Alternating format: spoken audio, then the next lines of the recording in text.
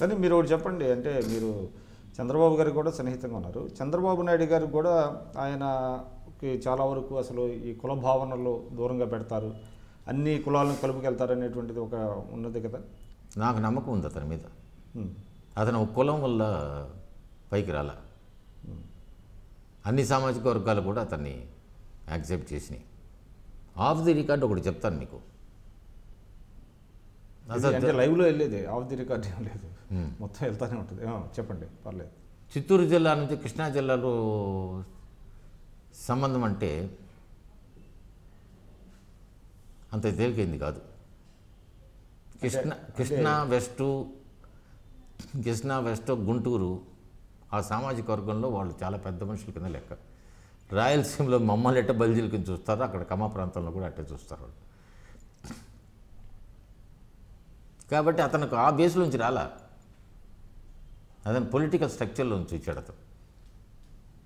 అది రిటైన్ చేసుకుంటున్నారా ఆయన? చేసుకోవాలని నా ఆశ. చేసుకుంటే ఈ రాష్ట్రానికి మంచి జరుగుతుంది. ఎందుకంటే అతనికి రాజకీయంగా ముఖ్యమంత్రిగా అనుభవం ఉంది. ఇప్పుడు ఎలా ఉందంటారు పరిపాలన? గత 3 సంవత్సరాలు పరిపాలన నేను ఆశించినంతగా జరగడంలే. చంద్రబాబు నాయుడు గారి దగ్గర చాలా ఆశించాను నేను. అతను అన్న అనుభవంతో చాలా ముందుకెళ్తాడు. అంత ఆశించినంత మేరకు ప్రయోజనం జరగడం లేదని చెప్పి నా ఉద్దేశం. అంటే అనేక సమస్యలు ఉన్నాయని చెప్తున్నాడు కదా ఆయన, రాష్ట్ర విభజన వల్ల వచ్చినటువంటి సమస్యలు ఉంటాయండి. సమస్యలు ఉన్నప్పుడే కదా నాయకుడు రావాల్సింది. సమస్యలు లేనప్పుడు ప్రశాంతంగా ఉంటుంది కదా. జగన్ గారి పనితీరు ఎలా ఉంది యాజ్ ఏ అపోజిషన్ పార్టీగా? జగన్ గారి పరిస్థితి కొన్ని విషయాలు నాకు అసలు ఏం అర్థం కావడంలే. ఆయన మనస్తత్వం ఎక్కడికో పోతే ఏదైనా చిన్న సమస్య వస్తుంది, ఎవరు కూడా అధికార పార్టీలో ఉన్న ఏదో ఒకటి చేయమని రెచ్చగొట్టడం చూస్తాడు. నేను 2 సంవత్సరాలు ముఖ్యమంత్రి అవుతాను, the day 1 Chandrababu Naidu became chief minister, he has been telling the pen, వచ్చే సంవత్సరాలు నేను మళ్ళీ దేవుడు కరుణిస్తాడో నేను ముఖ్యమంత్రి అవుతానంటాడు. ఎవడన్నది పోయి ఆర్గ్యుమెంట్ పెడితే నేను ముఖ్యమంత్రి అయిన తర్వాత నీ సంగతి తెలుస్తానంటాడు. ఈ ముఖ్యమంత్రి ఏంటంటే ప్రజలు, Rajasekhar Reddy is not like that. After 30 years of hard work ఈ బికెమ్ ఏ చీఫ్ మినిస్టర్. పాత ఎర్రటి ఎండలో రాజమండ్రి పోయేటప్పుడు పట్టలో నుంచి సగలు వచ్చి నీ రక్తం వచ్చేటట్టు.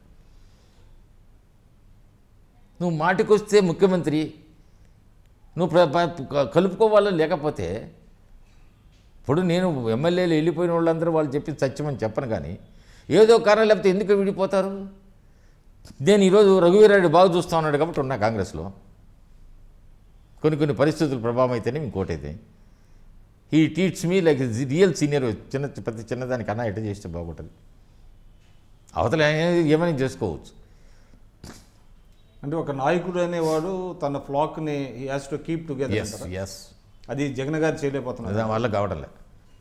రెండోది, ప్రతి చిన్నదానికి కూడా మనం తప్పడాల్సిన పనిలే. ఏది జరిగిన తప్పడితే అట్ట. అది ఏంటి ప్రభుత్వంలో జరిగేటువంటి లోటుపాట్లు? నువ్వు దానికి చెప్పు, దానికి సరైన సమాధానం చెప్పు. దానికి నువ్వు రాజీనామా చేయాలా? అసెంబ్లీ నడవ. నేను భూమారెడ్డి నాగిరెడ్డి చనిపోతే దానికి నువ్వు రాజకీయమా? నీతో పాటు ఉన్నాడు కదా. Then I felt bad being Rajasekhar Reddy son. సంతాప్ సభకు అసెంబ్లీకి రాకుండా పోవడం నాకే బాధ అనిపించింది. అది కరెక్ట్ కాదు. అంటే వ్యూహాత్మక తప్పిదాలు చేస్తున్నారు ఆయన. తప్పకుండా. అంటే ఆయన సలహాలు తీసుకోవట్లేదా ఎవరికి? నాకు తెలిసినంతవరకు కొందరు చెప్పడం ఏంటంటే, నాకు పరిచయం తక్కువ అతనితో. ఎక్కడ కనిపితే ఏమన్నా బాగున్నామని. అంతకుముందు కూడా పెద్ద పరిచయం తక్కువే. వాళ్ళ ఫాదర్ చనిపోయిన 3 సార్లు లేదా అన్న రాండి అన్న ఒకసారి కూర్చొని మాట్లాడుకుంటాం. వాళ్ళు పిఏని పిలిచి అన్న నెంబర్ తీసుకో, నాకు ఎప్పుడు తీరుకుంటప్పుడు ఫోన్ చేయి.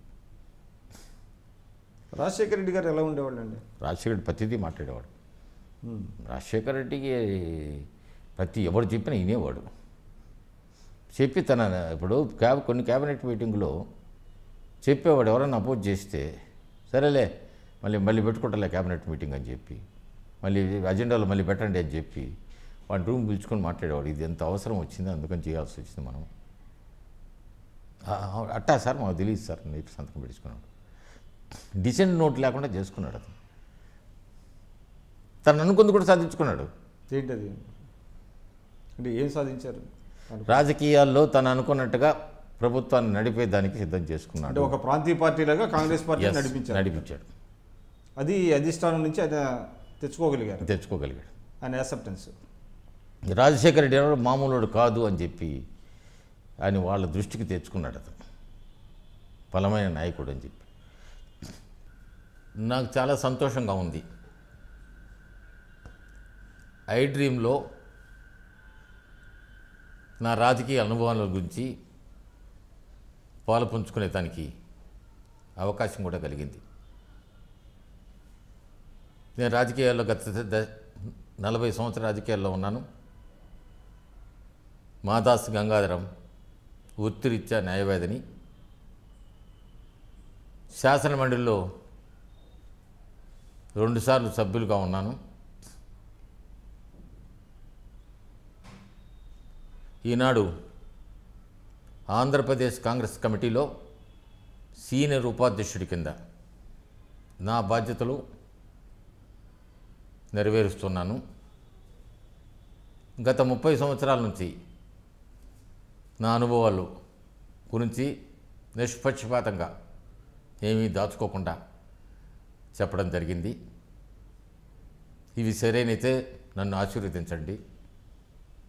సరిదిద్దుకోవాలన్న అవసరం ఉంటే మీ సలహాలు తప్పకుండా స్వీకరిస్తాను.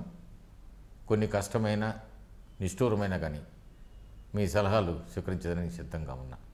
నమస్కారం.